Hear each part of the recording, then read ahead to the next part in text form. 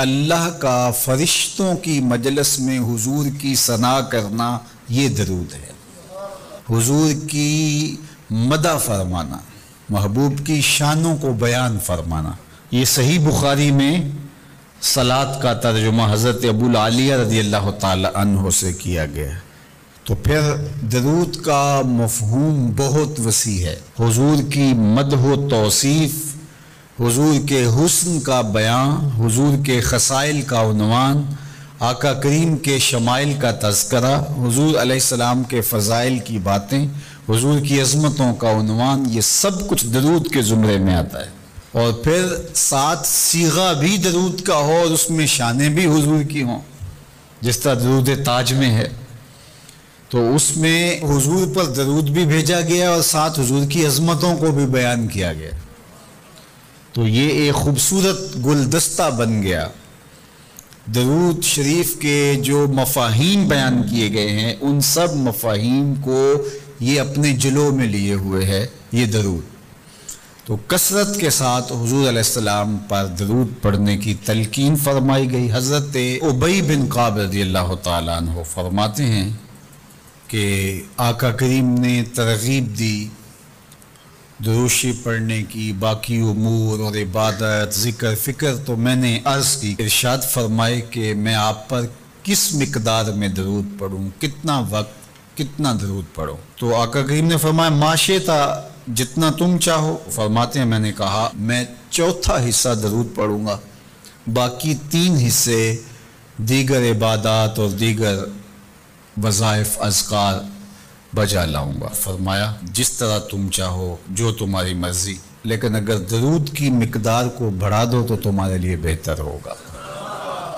تو میں نے کہا النصف، میں آدھا وقت درود پڑھا کروں گا اور باقی چیزیں باقی آدھے وقت میں کروں گا۔ فرمایا جس طرح تم چاہو، لیکن اگر درود کی مقدار کو بڑھا دو تو تمہارے لیے بہتر ہوگا۔ میں نے کہا کہ حضور میں 2 حصے درود پڑھوں گا اور 1 حصہ باقی وظائف اوراد بجا لاؤں گا۔ فرمایا جیسے تمہارا دل چاہے، لیکن اگر تم درود کی مقدار کو بڑھا دو تو تمہارے لیے بہتر ہوگا۔ فرماتے ہیں میں نے کہا حضور میں پڑھوں گا ہی درود، سارا وقت میں آپ پہ درود ہی پڑھتا رہوں گا۔ فرمایا پھر تمہارے سارے دکھ، تکلیف، اذیتیں، پریشانیاں، اس کے لیے یہ درود کفایت کرے گا اور تمہارے گناہوں کی مغفرت فرما دی جائے گی۔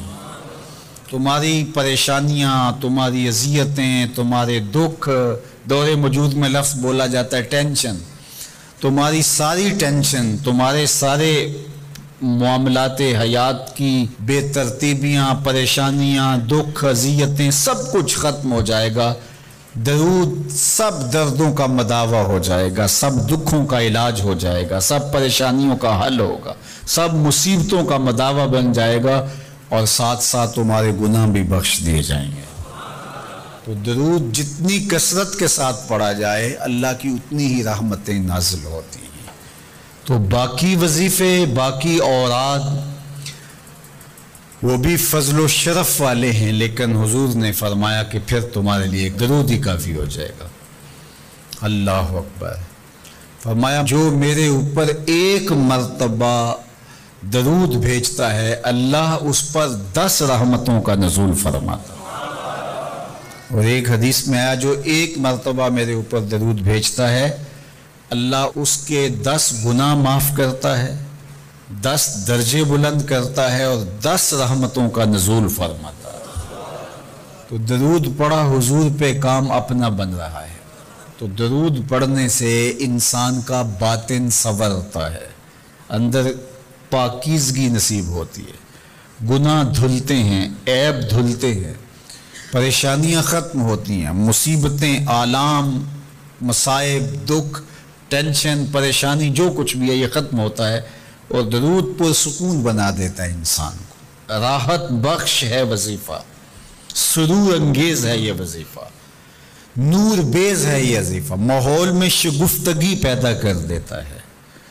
اگر درود شریف پڑھو گے تو تمہاری بہت ساری پریشانیاں ختم ہو جائیں گی، تمہارے دکھوں کا مداوع ہوگا، تم ریلیکس ہو جاؤ گے درود پڑھنے۔ یہ درود شریف کی برکات ہیں، ایک مرتبہ درود پڑھنے سے 10 رحمتیں نازل ہوتی ہیں، اور جو بار بار حضور پہ درود پڑھتا ہے تو بتاؤ کہ کتنا بڑا ذخیرہ رحمتوں کا اس کے اطراف میں پھیل گیا۔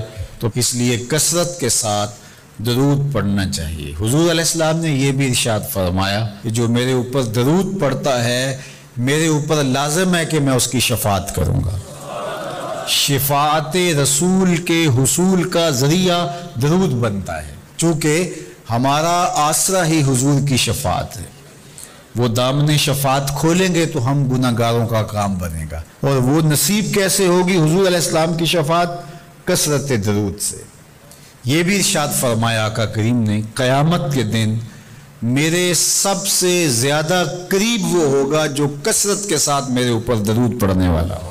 تو حضور کی قربت کا ذریعہ بھی درود ہے۔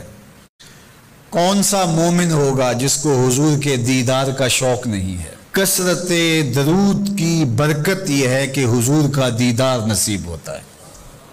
حضور کا دیدار نصیب ہو جائے تو بتاؤ اور کیا چاہیے۔